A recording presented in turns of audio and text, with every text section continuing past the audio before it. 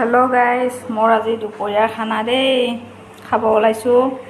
বন্ধাকবি ভাজি লৈছোঁ, বুটৰ চাটনি লৈছোঁ, কঁঠালৰ গুটি পুৰি কেনে এইটো চাটনি আকৌ বেলেগ লাগে, ধুনীয়া।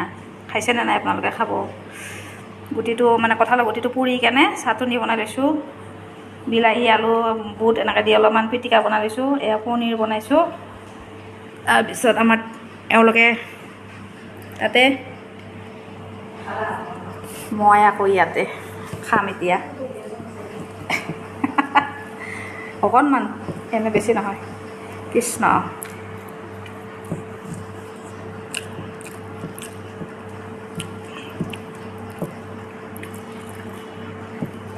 মই মানে মাটিত খাব নোৱাৰোঁ, ভৰিৰ বিষ আছে। মই ওপৰতে বহি পেলাই খাওঁ আৰু অকলে অকলে। তাহাঁতে মানে মোৰ লগত নাখায়, তলত বহি বহি খায়।